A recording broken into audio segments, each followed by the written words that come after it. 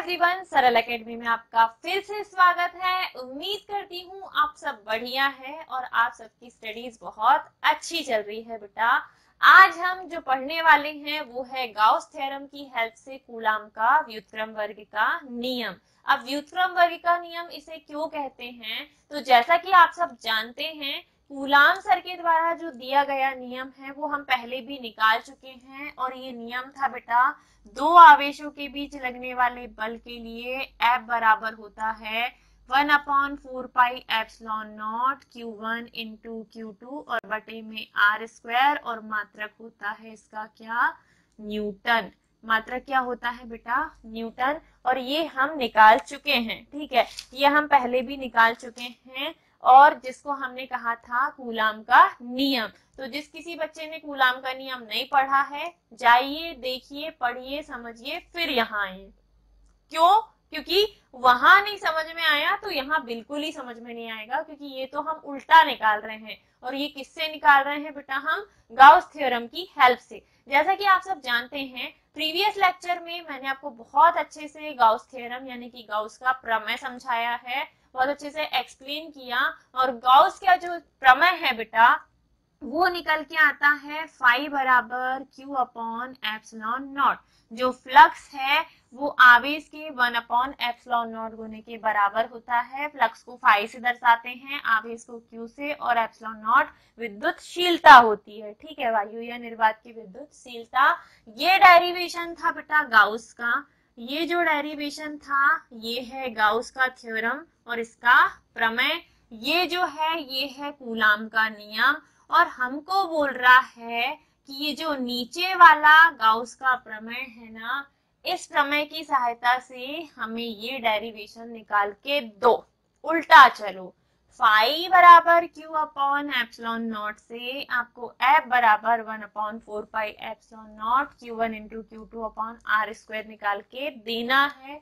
यहाँ पे भी 1/4πε0 नियतांक है बेटा, Q1 और Q2 आवेशों के परिमाण हैं और R² जो है वो दोनों आवेशों के बीच की दूरी का वर्ग है। और ये मैंने बहुत अच्छे से आपको कूलाम के नियम में समझाया है। कूलाम सर ने अपना जो नियम दिया था उसमें हम ये पढ़ चुके हैं, ठीक है। तो जाओ देखो, ये मेरी उन बच्चों से रिक्वेस्ट है जिन्होंने कूलाम का नियम नहीं पढ़ा है, ठीक है। अब अभी का हमारा टॉपिक क्या है, अभी का हमारा टॉपिक है कूलाम का व्युत्क्रम वर्ग का नियम, ठीक है, कूलाम का व्युत्क्रम वर्ग का नियम। और ये हमें बहुत अच्छे से समझना है क्योंकि इम्पोर्टेंट है।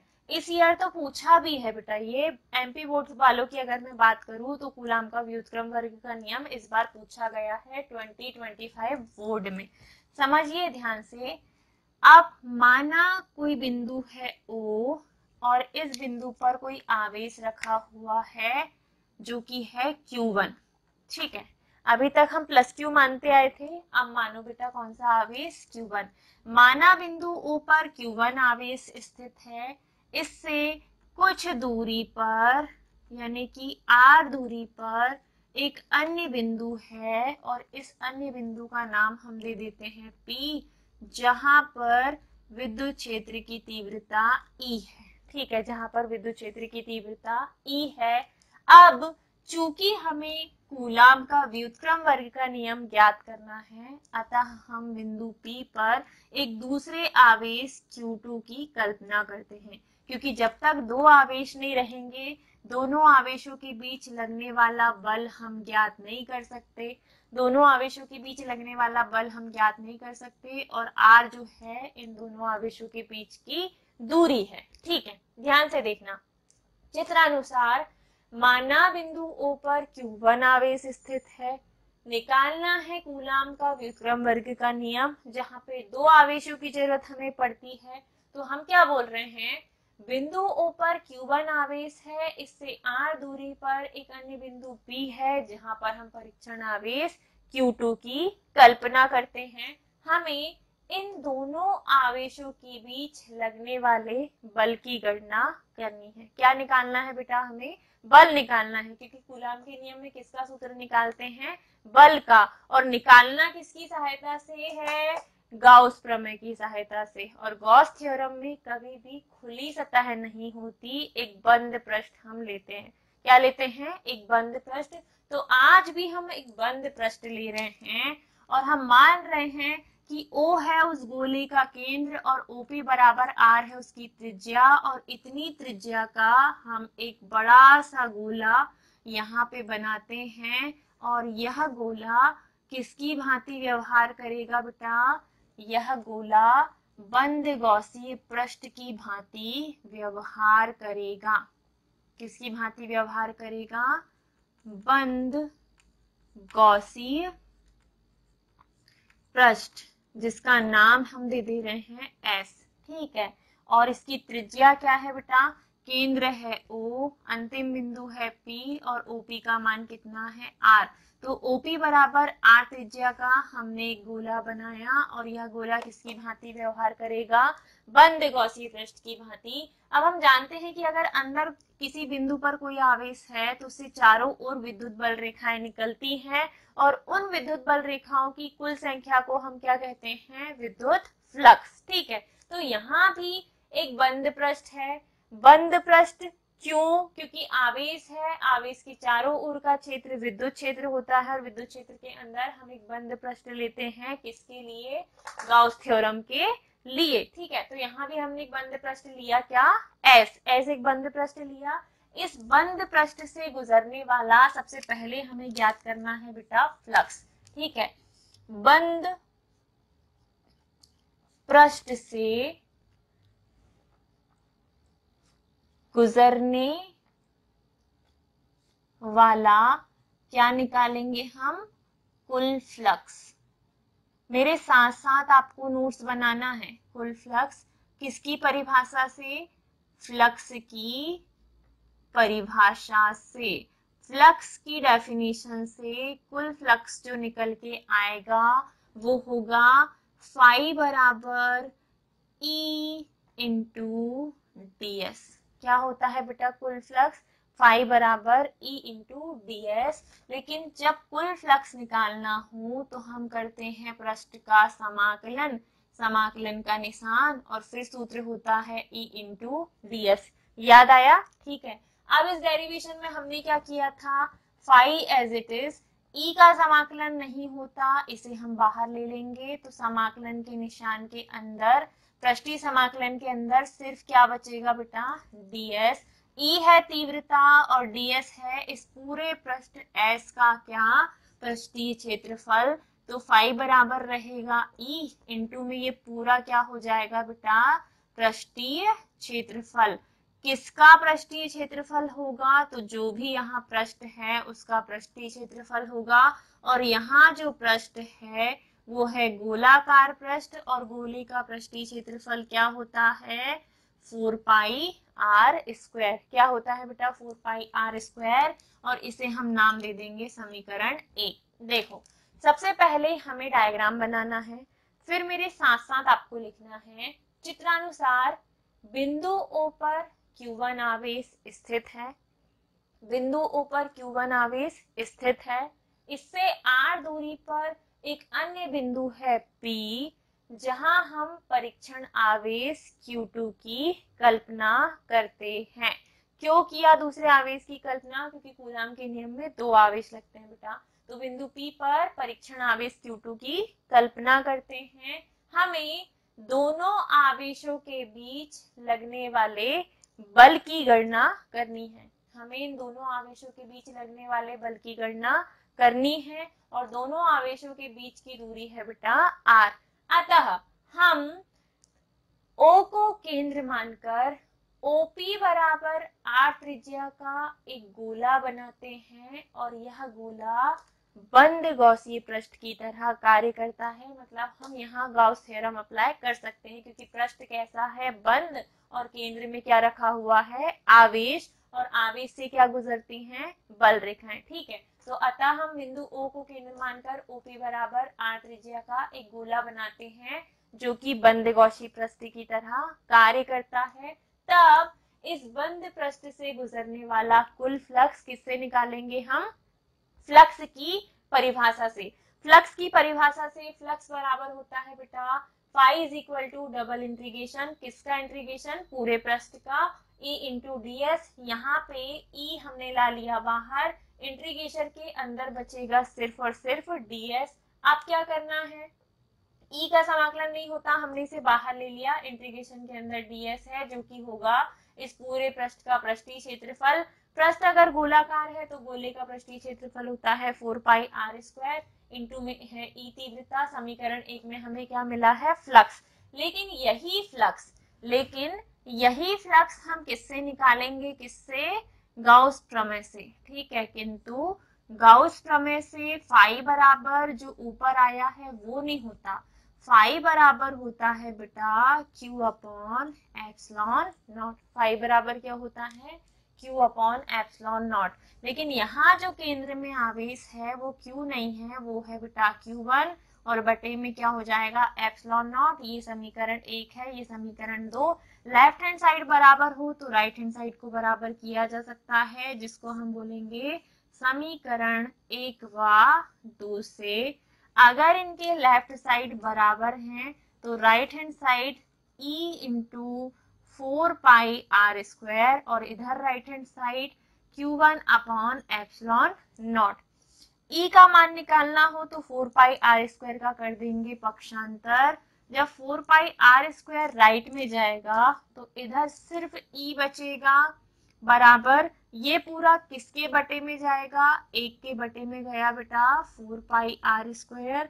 इधर क्या है Q1 और बटे में एप्सिलॉन नॉट।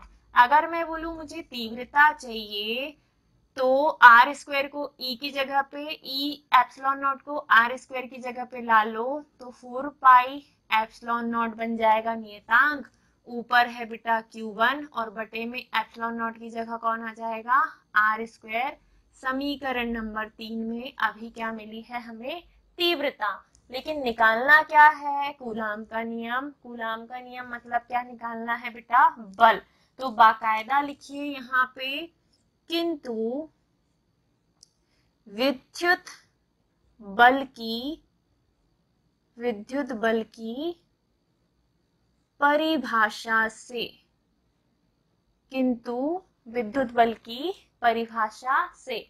विद्युत बल की परिभाषा क्या बोलती है, बल बराबर होता है परीक्षण आवेश गुणित तीव्रता। बल बराबर क्या होता है बेटा, परीक्षण आवेश गुणित तीव्रता, ठीक है। अब देखो बल यानी कि F, परीक्षण आवेश क्या माना है हमने Q2 और तीव्रता क्या है बेटा, तीव्रता है E।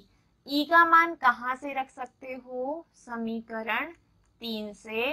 E का मान रखिए तो F बराबर, E का मान पहले रख दो तो 1/4 पाई एप्सिलॉन नॉट Q1 और बटे में क्या है बेटा आर स्क्वायर। Q2 को आप बाद में भी लिख सकते हो, इसको साथ में व्यवस्थित करके लिखें तो 1/4 पाई एप्सिलॉन नॉट, ऊपर है Q1 इंटू में है बेटा Q2 और बटे में है आर स्क्वायर। कुछ नहीं किया, परीक्षण आवेश Q2 लिया, तीव्रता E का पूरा मान लाके रख दिया। Q2 सामने रहे पीछे रहे कोई फर्क नहीं पड़ता, इनको हमने साथ में लिख दिया।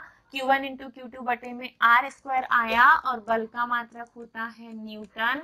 ये जो आया है ना, यही है कूलाम का व्युत्क्रम वर्ग का नियम, जो कि हम निकालते हैं किससे बेटा, गॉस प्रमेय की सहायता से। गॉस प्रमेय की सहायता से हमने क्या निकाल लिया, कूलाम का व्युत्क्रम वर्ग का नियम, ठीक है। चलो ध्यान से सुनिएगा, क्वेश्चन हमारा बहुत सिंपल है। क्या इस कूलाम के नियम को हमें इस थ्योरम यानी कि गॉस थ्योरम की हेल्प से निकालना है। क्वेश्चन सीधे सीधे पूछेगा कि गॉस प्रमेय की सहायता से कूलाम का व्युत्क्रम वर्ग का नियम सिद्ध कीजिए या कूलाम का व्युत्क्रम वर्ग का नियम सिद्ध कीजिए, ठीक है। तो जैसे ही व्युत्क्रम वर्ग का नियम बोलेगा आपको यही करना है, ठीक है। अब इस इक्वेशन में थ्योरी मैंने आपको बोल दिया। अब क्योंकि अंदर कोई आवेश है तो हम इस आवेश के कारण इस पूरे पृष्ठ से गुजरने वाला क्या ज्ञात कर सकते हैं, फ्लक्स। और जो फ्लक्स निकलता है वो निकलता है बेटा फ्लक्स की परिभाषा से, फ्लक्स की परिभाषा से फ्लक्स इस पूरे पृष्ठ का पृष्ठीय समाकलन E इंटू ds होता है।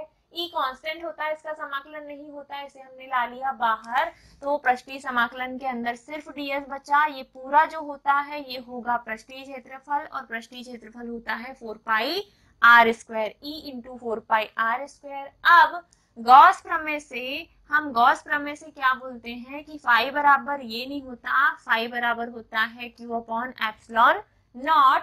अब हमें क्या करना है, फाई बराबर Q का मान क्या है बेटा, Q1 और बटे में क्या है एप्सिलॉन नॉट।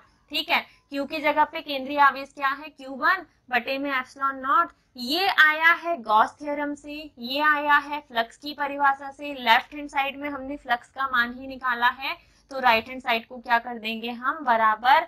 जैसे ही राइट हैंड साइड बराबर होंगे हम पाते हैं कि E का मान हम आसानी से निकाल सकते हैं तीव्रता का, क्योंकि आगे हमें इसकी जरूरत पड़ेगी। तो E का मान निकालने के लिए मैंने 4 पाई r स्क्वायर का पक्षांतर किया, तो जो इनटू में था वो कहाँ पहुंच गया बेटा, बटे में। अब हमें क्या करना है, आर स्क्वायर और एप्सिलॉन नॉट की पोजीशनिंग हमने बदल दी, ताकि 1/4 पाई एप्सिलॉन नॉट नियतांक बन जाए और Q1 के बटे में डिस्टेंस आ जाए, जो कि है आर स्क्वायर। ये निकल के आ गई तीव्रता। अगर आपको बिंदु आवेश के कारण गॉस प्रमेय की सहायता से विद्युत क्षेत्र की तीव्रता निकालने को बोले, तो आप यहीं तक करोगे और यहाँ पर आकर छोड़ दोगे बेटा। ये जो निकल के आई है ये है गॉस प्रमेय की सहायता से विद्युत क्षेत्र की तीव्रता, और बाकायदा मात्रक लिख दोगे इसका न्यूटन प्रति कूलाम। क्या लिख देंगे आप, न्यूटन प्रति कूलाम। अगर आपसे बिंदु आवेश के लिए विद्युत क्षेत्र की तीव्रता निकालने को बोले, तो यहाँ Q1 की जगह सिर्फ Q आवेश लेना, आपका डेरिवेशन आ जाएगा। लेकिन हमें बोला है कूलाम का नियम निकालने को, तो हमने लगा दी बल की परिभाषा। बल बराबर होता है परीक्षण आवेश गुणित तीव्रता, और ये तीव्रता के सूत्र से निकाले हैं हमने। विद्युत क्षेत्र की तीव्रता बराबर क्या होता है बेटा, बल बटे परीक्षण आवेश। बल का मान चाहिए तो तीव्रता की तरफ किसको फेंक दिया, परीक्षण आवेश को। परीक्षण आवेश यहाँ Q0 की जगह क्या माना है हमने, Q2। तीव्रता क्या है बेटा, E। E का मान कहाँ से चाहिए, समीकरण 3 से, तो E का मान रखा, Q2 को बाजू में लिख दिया, इसको हमने साथ में लिख दिया, और साथ में लिखने के बाद बोला कि बल का मात्रक क्या होता है, न्यूटन। ये जो निकल के आया है यही कूलाम का व्युत्क्रम वर्ग का नियम है, जो कि हमने आसानी से निकाल लिया गॉस प्रमेय की सहायता से। अब अगर इफ अभी भी कोई डाउट रह जाए तो कमेंट बॉक्स में आप कमेंट कीजिए, हम नेक्स्ट टॉपिक के साथ उसे ऐड ऑन करने की कोशिश करेंगे, और ज्यादातर डाउट्स को हम कमेंट्स में ही सॉल्व कर देते हैं। अगर समझ में आया हो, वीडियो अच्छा लगा हो, तो लाइक करना। जगह से उठने की जरूरत नहीं है, क्योंकि नेक्स्ट क्लास आपकी केमिस्ट्री की होती है। जस्ट फिजिक्स के बाद ही हमारी केमिस्ट्री की क्लास होती है, और आज सर इम्पोर्टेंट लेक्चर लेंगे, जो कि है राउल्ट का नियम। राउल्ट का नियम सर पढ़ा चुके हैं, लेकिन अभी और पढ़ाने वाले हैं, उसका सेकंड पार्ट आने वाला है, क्योंकि उसको 2 तरीके से समझाया है एनसीईआरटी में। तो कॉपी पेन लेके बैठे रहो, थोड़ा बहुत 5 मिनट का ब्रेक लो, 10-15 मिनट में आपकी क्लास 10 मिनट में फिर से की स्टार्ट हो जाएगी, जिसमें आप केमिस्ट्री पढ़ोगे, और केमिस्ट्री के बाद वापस से आप मुझसे मिलोगे, जिसमें हम बहुत अच्छे से बायोलॉजी पढ़ेंगे। ठीक है, तो जो बायोलॉजी वाले बच्चे हैं वो कंटिन्यू करेंगे। आई होप आपको अच्छा लगा हो, अभी का लेक्चर समझ में आया हो, आपको चीजें अच्छे से समझ में आई हैं, तो लाइक करो, वीडियो को शेयर करो, ज्यादा से ज्यादा स्टोरी मेंशन करो, या अपने दोस्तों को शेयर करो, व्हाटएवर जो आप कर सकते हो वो करो, लेकिन सपोर्ट करो, ताकि हमें सपोर्ट मिले और हम आपको बहुत अच्छे से, बहुत अच्छा एजुकेशन बहुत जल्दी अच्छे से आपका कोर्स कंप्लीट करें, और फिर हम प्रैक्टिस चालू करें ताकि रिवीजन की। ठीक है, जितनी जल्दी कोर्स खत्म होगा उतनी जल्दी रिवीजन स्टार्ट होगा, और फिर उतनी ही जल्दी आपकी एग्जाम प्रैक्टिस चालू हो जाएगी। तो आई होप आपको अच्छा लगा है, और आप कमेंट करके हमें बताएंगे। ख्याल रखिएगा अपना, कहीं जाइएगा नहीं, अगली क्लास आपकी जल्दी ही होगी। Bye bye, take care, Radhe Radhe.